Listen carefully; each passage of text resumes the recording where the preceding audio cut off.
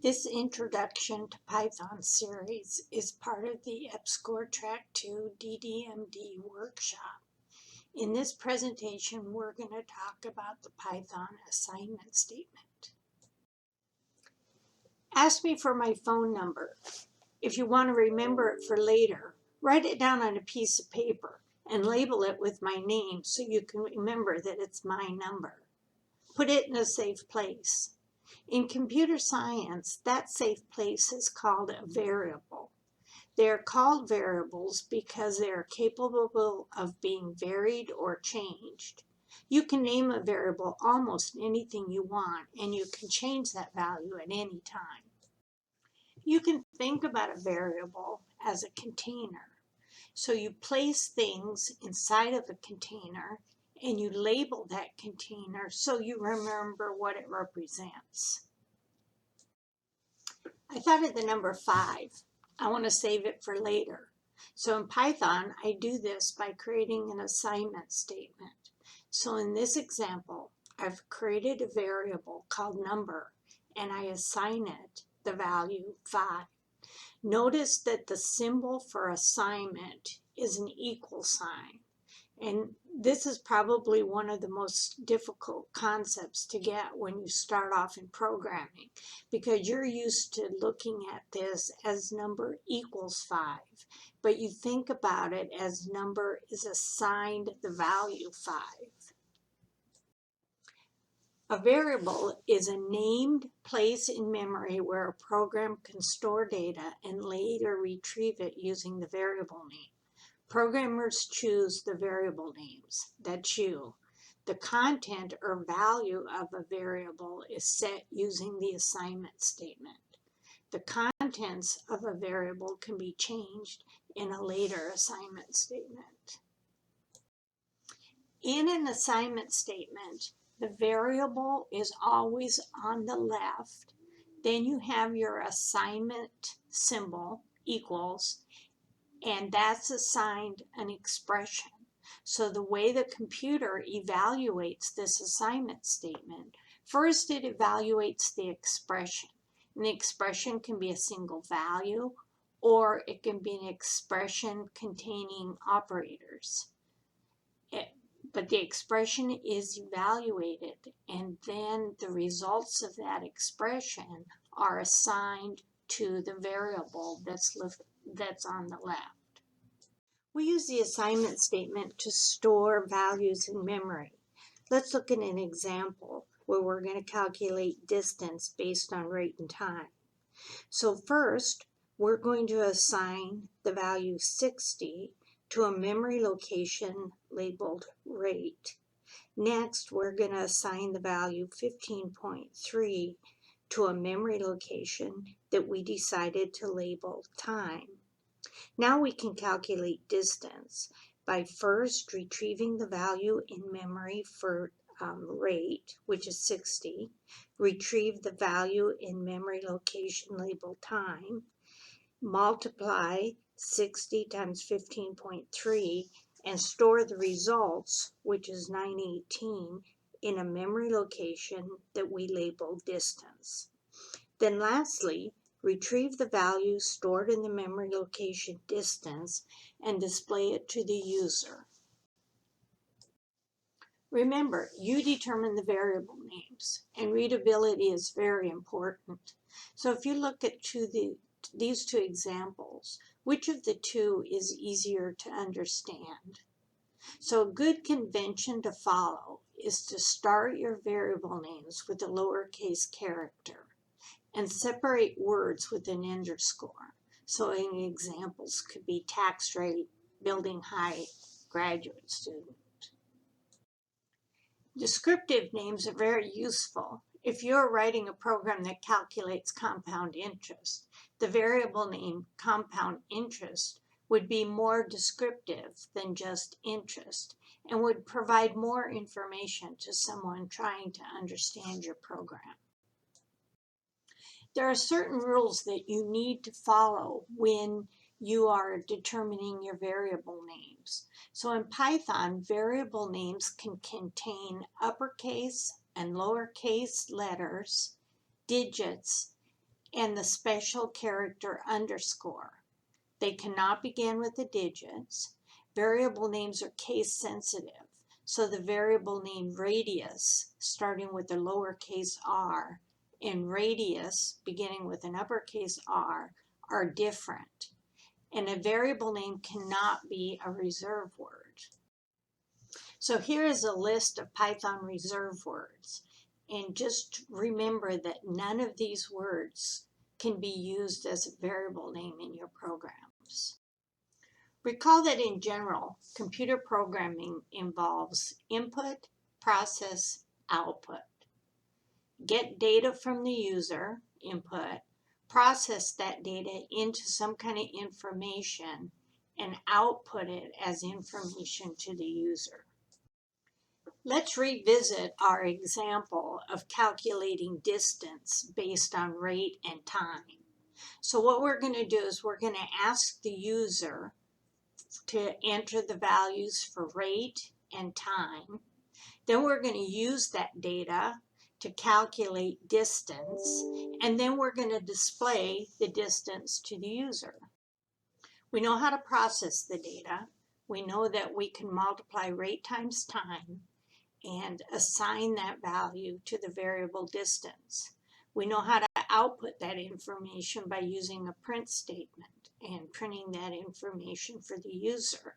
So what we need to know now is figure out, how do we get rate and time from the user? So how do we get input from the user? Python provides an input function that allows us to get information or data from the user. The structure of an input statement is variable is assigned input. So the way it's executed is first the input function, which is on the right, allows the user to enter value. And whatever value is entered by the user, that's assigned to the variable on the left. Here's an example of the input function. So in this example, we have the input, we call the input function, and whatever the user enters, that value is assigned to the variable named person. In this example of the input function, we're asking the user to enter a person's name. The problem is, it isn't clear to the user what should be entered. So we need to add a prompt to inform the user what we want. So here we provide an example of how to add a prompt to your input statement. So within the parentheses and within quotes, we put a string that gives the user more information about the data that should be entered. So in this example, we ask the user, enter a person's name. So you can see where the user, that prompt is displayed on the screen. The user types in whatever name, and in this example, we type in Carol, press the enter key. Carol gets placed in the memory location person name. Then the following statement gets executed, the print statement, and when that's executed, it prints to the screen, hello, Carol. When the input function executes, program flow will be stopped until the user has provided input. The text or message displayed on the output screen to ask the user to enter input values is optional. That's our prompt, and it will be printed on the screen. The input function will convert whatever the user enters into a string. If the user enters an integer value, the function will convert it to a string. The value would need to be explicitly converted to an integer using typecasting. So let's revisit our example of calculating distance based on rate and time. So we're going to ask the user for rate and time. We're going to calculate the distance, and then we're going to display the distance to the user. So the first line of code, or our first statement, is asking the user for rate. So we ask the user, enter a rate. The user types something, say 60, and that's assigned to the memory location rate. The next statement, time, we ask the user to enter time. The user enters 15.3, and we assign that value to the memory location time. Now we want to calculate distance. So we get the rate out of the memory location, we get the value of time out of the memory location, and we try to multiply them together. The problem is rate and time are both strings, because we know that when we execute an input statement and we get something from the user, that value is always going to be a string. So now when we try to multiply a string times a string, that's going to generate an error message. So when we go to execute those lines, this is what happens. So we execute the first one, enter rate, the user enters a 60. The next line, and that 60 is assigned to the memory location rate.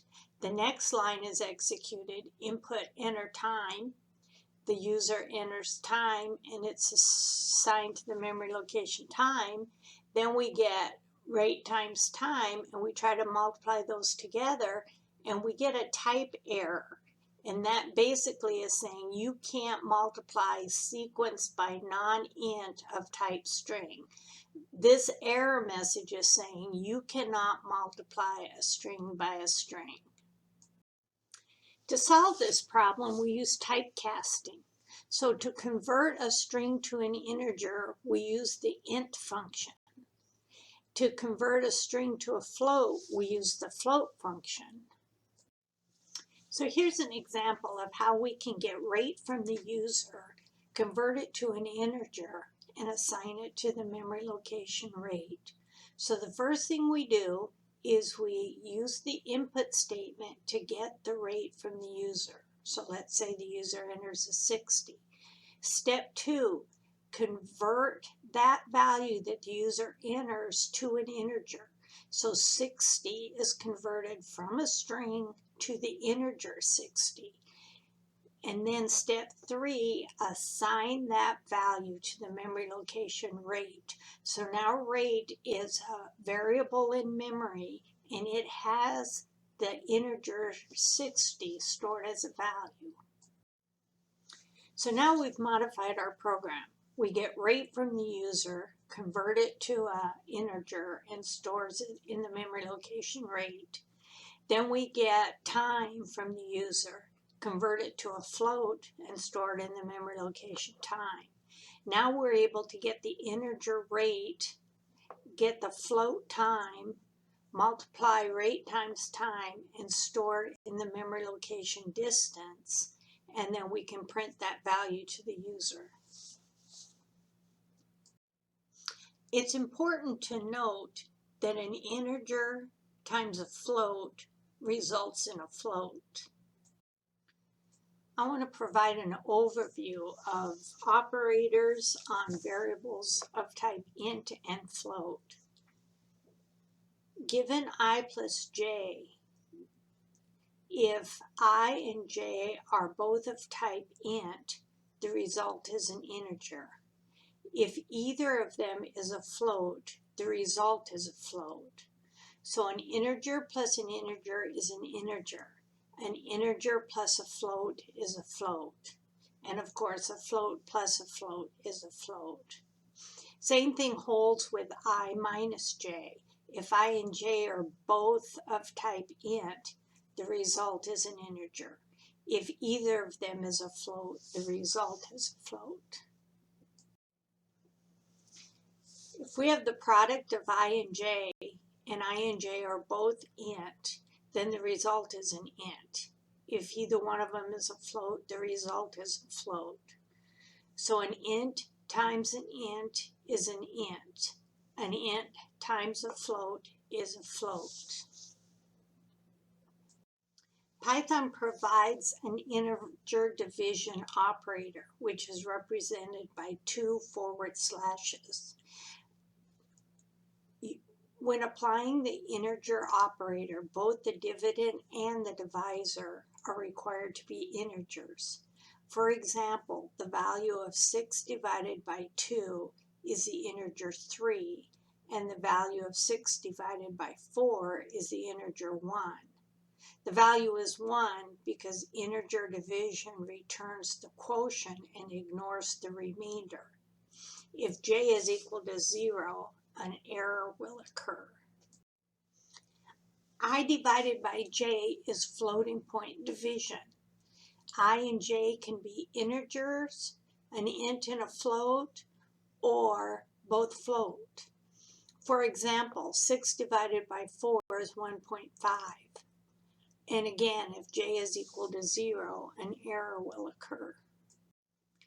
I%j returns the remainder when the int I is divided by the int j. It is typically pronounced I mod j, which is short for I modular j. I to the power of j is represented by 2 asterisks. If I and j are both of type int, the result is an int. If either one of them is a float, the result is a float. Let's write a Python program that asks the user for a temperature in Fahrenheit, convert it to Celsius, and then also indicate whether or not it falls above freezing. Okay, let's think about input. So remember, when we write a program, it's generally input, process, output. So let's start with the input. So what do we want? We want a value that represents a temperature in Fahrenheit. Where are we going to get that data? We're going to get it from the user. What data type will it be? Well, the data type that we're getting from the user will be a float. Now that we have our input data, which represents a temperature in Fahrenheit, we can process that data. So the process is comprised of 2 steps. The first thing we want to do is convert our Fahrenheit value to Celsius. And we know the formula for converting Fahrenheit to Celsius, so we can apply that formula. So we evaluate the expression Fahrenheit minus 32. We take that value and we multiply it by 5/9. Once that expression is evaluated, the results of that expression is assigned to the memory location Celsius. Step 2 in our process is we want to determine whether or not Fahrenheit is above freezing. So we can do that by determining whether or not it's greater than 32. So we can ask the question, again on the right side of our assignment statement, Fahrenheit greater than 32. That returns true or false. That's a Boolean value, and that true or false is going to be assigned to the memory location is above freezing. So we obtain the input from the user, which is a value representing Fahrenheit. We process that data, so we converted the Fahrenheit degree to Celsius, and we determined whether or not that Fahrenheit temperature was above freezing. Now we want to present output to the user. So what do we want to present to the user? Well, we want to provide the Celsius value, and we want to provide false if the Fahrenheit value is 30 degrees or less. We also want to think about how we want to format that output to make the information that we are providing to the user meaningful. So let's assume that the user entered 32 degrees as the Fahrenheit value. So when we converted 32 degrees, we got that the Celsius value was 0. So our output to the user is informing them that 32 degrees Fahrenheit is 0 degrees Celsius. We also are telling the user that 32 degrees Fahrenheit is above freezing, and we're saying that that is false. This represents what your completed program might look like, where we ask the user for a value that represents a temperature in Fahrenheit, we convert it to Celsius. We check to see whether or not it's greater than 32, and we present that information to the user.